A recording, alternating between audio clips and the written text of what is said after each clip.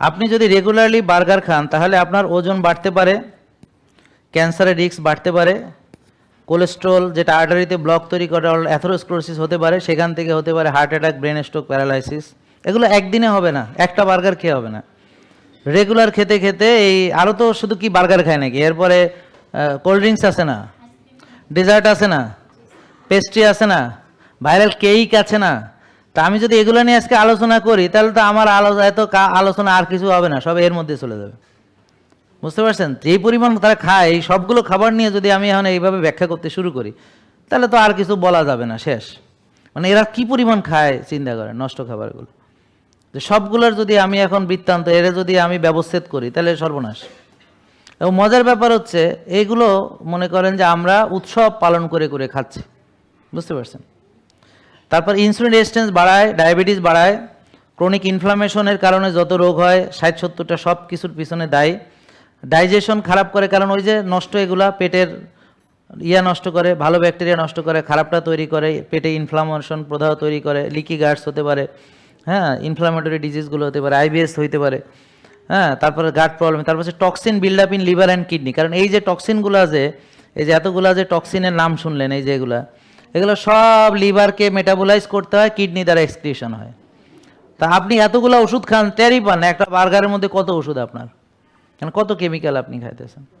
তার উপরে আবার সে তো 4-5টা ওষুধও নাকি খায়, বুঝলেন? তা এইভাবে আপনি মানে এর ভিতরে আপনি তো ভাবছেন যে বার্গার মনে হয় মাংস আর হলো রুটি, না? হ্যাঁ, না, এখানে অনেক কিছু আছে, অনেক কিছু আছে। এটাতে জীবাণু কয় না, এগুলো হলো কেমিক্যাল, ডেডলি কেমিক্যাল। জীবাণু হলো যার জীবন আছে। এই যে ওই দিন সাংবাদিক কইতেছে ক্যান্সার তৈরিকারী জীবাণু পাওয়া গেছে, ক্যান্সারের জীবাণু পাওয়া যায় না, উপাদান পাওয়া গেছে। তাহলে তোমরা এগুলো হবে না, তোমরা জাইনে বুঝা কইতে হবে।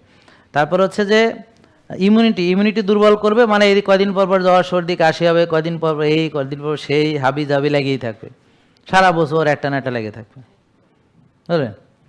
তারপর হচ্ছে স্কিনে অ্যালার্জি, তারপর অনেকের আবার ওই যে অ্যালার্জি হয় স্কিনে, তারপর ওই অল্প বয়সে বিরাট বয়স্ক মনে হয়, বয়স হয় নাই 15-20, দেখে মনে হয় 35-40, বিয়েও হয় নাই, দেখে মনে হয় যে খালাম্মা আন্টি, বুঝলেন? আছে না এরকম? এই যেগুলোর কারণে বয়স বেশি মনে হয়, মনে হয় অনেক বয়স। তো ওরা বুঝতেই পারে না যে এইখানে ওই যে এখানে আরেকটা জিনিস আছে, অ্যাডভান্স গ্লাইকোলেট এন্ড প্রোডাক্ট, মানে এজিই। তো এটা হলো আপনি এই ধরনের খাবার মানে এজিই তৈরি করে। এবং মজার ব্যাপার হলো এজি আবার মানুষকে বয়স্ক বানায় ফেলে। আর যারা রোজা রাখে, ব্যায়াম করে, 8 ঘন্টা ঘুমায়, মানে আমাদের ফলো করে, ওদের মনে আস্তে আস্তে বয়স কমতেছে, তরুণী লাগতেছে, গ্লেজ দিতেছে, সৌন্দর্য বাড়ে, কারণ সুস্থতা সমান সমান সৌন্দর্য, এনার্জি, সব কিছু।